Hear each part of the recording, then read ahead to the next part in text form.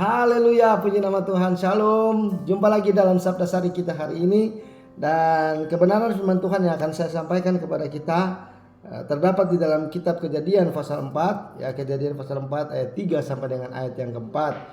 Dan Bapak Ibu, hari ini tema kita akan berbicara tentang korban yang berkenan.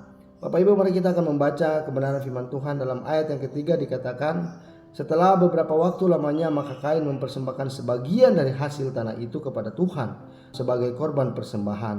Habel juga mempersembahkan korban persembahan dari anak sulung kambing dombanya, yakni lemak-lemaknya. Maka Tuhan mengindahkan Habel dan korban persembahannya itu. Haleluya, puji nama Tuhan. Bapak Ibu, kalau kita membaca dari kebenaran firman Tuhan ini, tentunya kita akan mendapatkan kisah, ya. Ini adalah kisah dua adik kakak gitu ya. Kita tahu bersama cerita tentang Kain dan Habel, ya, bagaimana mereka hidup, ya. Jadi kalau Kain ini hidup sebagai seorang petani gitu ya dikatakan, kemudian Habel itu hidup sebagai seorang gembala domba.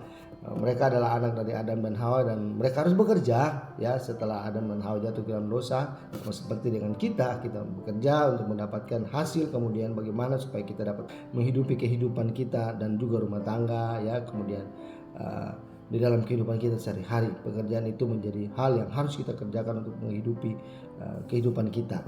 Jadi Bapak Ibu, kalau kita membaca dari kebenaran firman Tuhan ini, memang tidak dikatakan kenapa Allah tidak menerima persembahan Kain tapi mengindahkan persembahan daripada Habel. Memang Alkitab tidak mencatat mengapa Allah tidak menerima.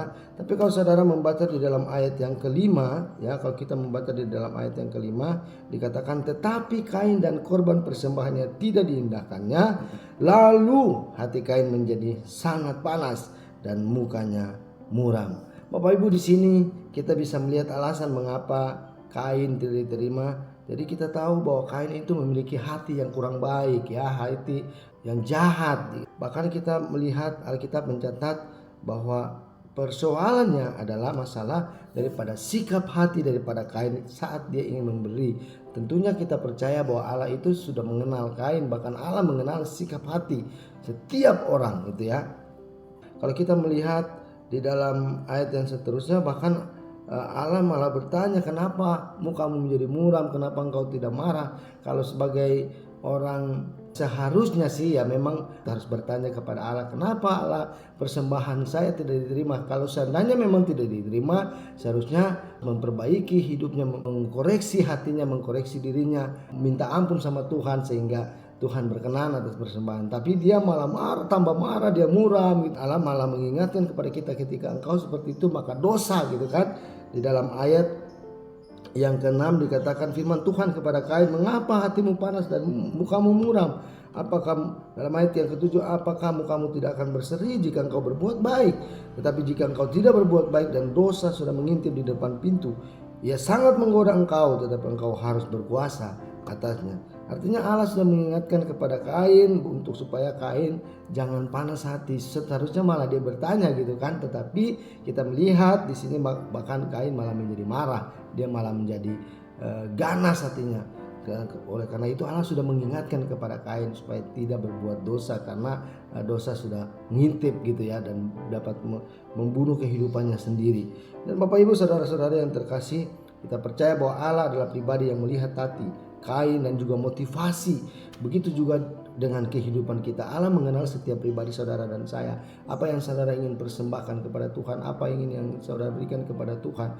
Memang saya ingin katakan bahwa bukan tidak penting, tetapi juga tidak terlalu penting bagi kita untuk ketika seberapa banyak saudara ingin persembahkan kepada Tuhan. Tetapi yang terpenting adalah bagaimana saudara dapat memberikan kepada Tuhan dengan hati yang mengasihi Tuhan, memberikan kepada Tuhan dengan hati yang penuh dengan sukacita. Maka saya yakin dan percaya bahwa Allah berkenan atas segala persembahan yang saudara ingin berikan, karena motivasi saudara, karena saudara ingin mengasihi Tuhan, karena saudara sangat mengasihi Tuhan, bahkan saudara ingin mempersembahkan yang terbaik karena percaya bahwa Tuhan telah memberikan kehidupannya bagi kita, dan berkat-berkat itu kita akui karena Allah yang telah memberikannya kepada kita. Jadi seringkali juga kalau saya lagi menjadi seorang worship leader di gereja gitu ya, saya sering ingatkan kepada kita ketika umat Tuhan ingin mempersembahkan ya, baik perpuluhan, persembahan, bahkan perban syukur, saya selalu ingin mengingatkan untuk memberikan dengan hati yang mengasihi Tuhan. Begitu juga dengan kehidupan kita. Mari kita belajar untuk terus memberikan yang terbaik kepada Tuhan ya. Begitu, dengan demikian kita akan menjadi orang-orang yang terus mengasihi Tuhan. Di dalam persoalan kita, di dalam setiap sesuatu yang kita hadapi ya, tentunya Tuhan ingin sekali agar ada respon baik dari kehidupan kita. Tuhan ingin supaya kita memberikan korban yang terbaik bagi Tuhan. Jadi kalau kita berbuat baik ya, tentunya Tuhan juga pasti akan berbuat baik kepada saudara dan saya. Dan kita akan melihat bagaimana tangan Tuhan bekerja di dalam seluruh kehidupan Bapak, Ibu, dan saya. Pertanyaannya adalah bagaimana dengan kehidupan saudara saat ini? Ketika orang melakukan kejahatan atau ketika orang melakukan kesalahan kepada Anda, apakah Anda akan terus marah? Apakah kita akan muram? Kemudian apakah kita akan menjadi orang yang sakit hati? Ya tentunya sekali lagi saya dan saudara diingatkan untuk mari kita belajar ketika kita mengalami sesuatu yang berat atau sesuatu yang membuat kita sakit hati, kita belajar untuk mengasihi, belajar bertanya kepada Tuhan. Maka Tuhan akan menolong kehidupan kita, menjadikan orang-orang yang terus layak di hadapannya. Jadi mari kita terus hidup. Allah mengajarkan kepada kita untuk kita berbuat baik kepada orang-orang yang melakukan kesalahan bahkan kepada kita. Karena ketika saudara melakukan yang baik, sama dengan saudara sedang menaruh bara api di atas kepalanya. Semoga hari ini kita akan menjadi orang-orang yang terus mempersembahkan kehidupan kita yang terbaik hanya untuk Tuhan. Tuhan Yesus mengasihi kita semua. Shalom.